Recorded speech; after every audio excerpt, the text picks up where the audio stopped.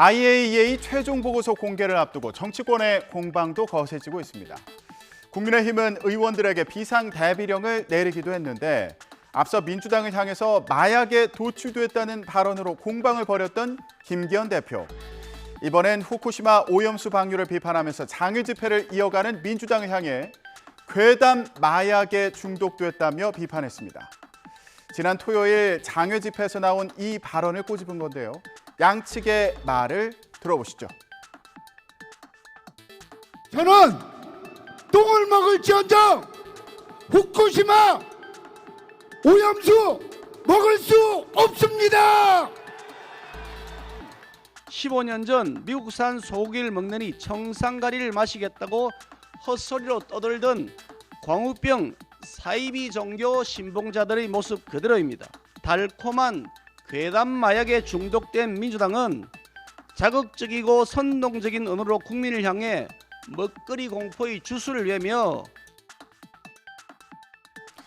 국민의힘은 또 운동권 출신으로 2008년 미국산 쇠고기 수입 반대 시위를 이끈 민경우 대한연대 대표를 의원총회에 초청해서 강연을 들었습니다. 민 대표는 오염수 반대가 결국 정권 흔들기로 이어질 거라고 지적했습니다. 선거 불복, 이게 광우병과 후쿠시마에 흐르는 가장 강력한 정치적 동기라고 생각합니다. 후쿠시마 1년 후가 되면 다 잊혀질 겁니다. 뭐만 남냐면 윤석열 탄핵 퇴진만 남겠죠. 국민의힘은 동시에 상임위별로 릴레이 횟집 회식도 이어갔습니다. 이번에는 국민의힘 소속 과방위원들이 노량진 수산시장을 찾았는데요. 여러분들 힘내시고 정부가 좀 더 국민들을 설득하고 또 과학적으로 잘 설명을 해야 되겠다는 생각이 들고, 그리고 그 차원에서도 IAEA 검증 보고서가 나오면 그것을 국민에 잘 설득할 수 있는, 설명할 수 있는 그런 장을 꼭 빠른 시간 내에 만들겠습니다. 당정 역시 IAEA 보고서의 주요 내용을 신속하게 파악해서 설명하겠다고 밝혔는데요. 국민이 안심할 때까지 후쿠시마 수산물은 수입하지 않을 거라고 강조했습니다. 방류가 안전하다는 IAEA 보고서가 나올 경우에 그 이후에 일본이 그 금지 철폐를 요구했을 때 좀 어떻게 대응할 수 있을지가 좀 궁금하거든요. 정부 차원에서 종합적으로 정리해서 발표하는 게 좋다고 생각을 합니다. 다만 당의 입장에서는 기간에 제한 없이 우리 국민들이 안심할 때까지 후쿠시마산 수산물 수입은 금지될 것이라고 믿어도 좋습니다. 그래서 10년, 20년, 30년, 50년, 100년 그 기간이 중요한 것이 아니라 정부 차원에서는 국민들의 먹거리와 관련돼서는 어떠한 불안한 일도 있어서는 안 된다는 확실한 생각을 가지고 대비할 겁니다. 정부 1일 브리핑에서도 오염수가 방류되면 일본산 수산물을 수입할 수밖에 없을 거라는 주장은 절대 사실이 아니라고 밝혔습니다. 일본산 수산물 수입 비자 조치는 11년도에 원전 사고 이후 아무런 통제 없이 흘러나온 방사성 물질에 대한 우려 때문이고, 일본 정부가 일련의 과정을 거쳐 실행하려는 이번 오염수 방류와는 전혀 별개의 사안입니다. 7월에도 전국을 돌며 오염수 방류 규탄 집회를 열 계획인 민주당은 공개를 앞둔 IAEA 보고서가 일본 정부 맞춤형일 거라면서 공세를 이어갔습니다. 민주당의 입장 들어보시죠. 과학적 보고서이기보다는 정치적 보고서일 우려가 크다는 것이 모든 사람들의 생각입니다. 위기 대응 매뉴얼을 조속히 국회에 보고하고 국민과 언론에 투명하게 공개하기 바랍니다. 민주당은 또 정부 여당이 건강에 대한 국민의 우려를 괴담으로 치부하며 극우 망언을 쏟아낸다고 비판하고 있는데요.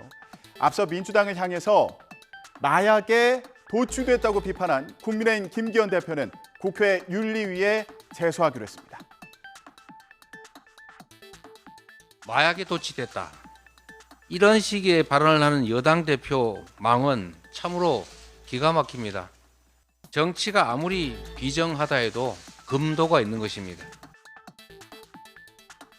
어제 단식 농성 8일차를 맞은 정의당 이정미 대표도 IAEA가 일본의 시간표대로 움직이고 있다고 주장하면서 비판을 이어갔는데요. 발언 내용 들어보시죠. 누가 보고서 나오는지 좀 내용을 좀 봐야겠지만 향후에는 좀 어떻게 좀 대응하실 계획이신지 한 말씀 부탁드립니다. 지금 일본의 해양 투기는 국제 조약 위반 사항이 분명합니다. 방사능 핵 오염수를 인공 구조물에 의해서 바다로 내보내는 것은 분명히 파리 조약에 위반되는 사항이기 때문에 국제 해양법상에 문제가 되고 있고 이것에 대한 재판을 저희들이 제소할 예정입니다. 정의당 이정미 대표뿐만 아니라 민주당의 우원식 의원도 단식 농성을 이어가고 있죠. 민주당과 정의당 원내 지도부는 여기에 힘을 실어주면서 오염수 투기에 반대하는 의원 모임도 만들기로 했습니다. 단식하시는 의원님들 건강도 걱정이 되고 그래서 단식을 얼른 해제할 수 있는 그런 상황을 우리가 만들었으면 좋겠습니다. 민주당과 정의당은 노란봉투법, 이태원 참사 특별법 등 쟁점 법안을 처리하기 위한 공조도 강화하기로 했는데요. 국민의힘은 야권이 노란봉투법 입법 공조를 하기로 한 걸 두고 대통령의 거부권 행사를 건의하겠다는 방침을 밝혔습니다. 양곡관리법과 간호법에 이어서 세 번째 거부권 사태가 빚어진다면 여야 대치는 더 가팔라지겠죠. 여야는 이뿐 아니라 대북 정책을 둘러싼 공방도 이어가고 있습니다. 앞서 반국가 세력이 종전선언 노래를 부르고 다녔다는 윤석열 대통령의 발언이 쟁점이 됐는데요. 문재인 전 대통령이 직접 논란에 뛰어들었습니다. 냉전적 사고에서 벗어나지 못한 사람이 많다면서 사실상 윤 대통령을 겨냥했는데요. 대북 정책을 둘러싼 현 정권과 전 정권의 힘겨루기로 번진 모양새입니다. 권남기 기자가 전해드립니다. 문재인 전 대통령은 최종건 전 외교부 차관이 쓴 책을 소개하며 공산권 국가들과 수교하고 북한과 남북기본 합의서를 체결했던 노태우 정부를 치켜세웠습니다. 김대중, 노무현, 문재인 정부는 보수 정권의 북방 정책을 계승 발전시켰다는 겁니다. 이어 전쟁을 겪은 우리만큼 평화가 절실한 나라는 없다며 아직도 냉전적 사고에서 헤어나오지 못한 사람들이 많다고 꼬집었습니다. 윤석열 대통령을 직접 거론하진 않았지만 현 정부와 여권의 대북 강경책에 날을 세운 것이란 해석이 나왔습니다. 앞서 윤 대통령은 대북 강경파로 꼽히는 김영호 교수를 통일부 장관 후보자로 지명하고 교류 협력에 방점을 찍어온 통일부 역할에도 변화가 필요하다고 강조했는데요. 윤 대통령은 여기에 더해 통일부 등 4개 부처를 2년 부처라고 언급하며 고강도 인적 쇄신을 예고했습니다. 윤 대통령은 어제 신임 차관들에게 임명장을 주며 이권 카르텔에 맞서서 싸워달라고 주문했는데요.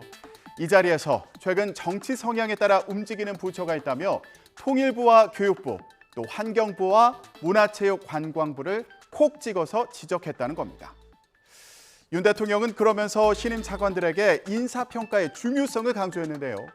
이 4개 부처 가운데 3개 부처 차관이 이번에 교체된 만큼 고강도 인적 쇄신이 이어질 거라는 관측이 나오고 있습니다.